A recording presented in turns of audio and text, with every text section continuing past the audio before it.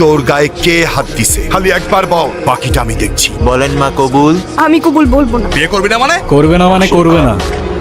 তুই আবার এনেছিস ওরে, আজকে আমি এই সাবধানে, তোর জবানের চেয়েও ট্রিগার ফার্স্ট চল। একবার চেপে দিলে তোর কথা আর আমার কান পর্যন্ত পৌঁছাবে না ভাই। বাবা, এই জাহাঙ্গীর আমার সহজ সরল ভাগ্নিটারে ভয় ভীতি দেয়, আজকে বিয়ে করতে আইছে, আমারে বাঁচাও বাবা। এ বাস, এই তুই আমার লোকে পড়ে নিতেছস? তোর ভাগ্নির সাথে বিয়ে দেওয়ার কথা বলে তুই আমার কাছ থেকে 1.5 লাখ টাকা নিছস। তুই এখন তোর ভাগ্নির লোকে আমার বিয়া দিবি আর নালে টাকা দিবি? একটা মানুষ এতটা স্বার্থপর হয় কি হল? আপনার নিজের মেয়ে হলে এটা করতে পারতেন। বাবা, আমার ভুল হয়ে গেছে, বড় ভুল হয়ে গেছে, আমার মাফ করে দাও বাবা, যার উপর জুলুম করছেন তার কাছে মাফ চান। আমারে মাফ করে দে মা। শুনেন আব্বাস মিয়া, আপনার মেয়ে এখন থেকে আমার মেয়ে হয়েই থাকবে। যেদিন আপনি আপনার স্বভাব চরিত্র পরিবর্তন করতে পারবেন, সেদিন এসে মেয়েটাকে দেখে যাবেন। আমার বাড়ির দরজা আপনার জন্য খোলা থাকবে। আই মা। একটা জীবন সমুদ্রে তার মুক্ত একটা পাখি, আলোতে এলেই দেখা যায় বোকা অন্ধকারের সাথী।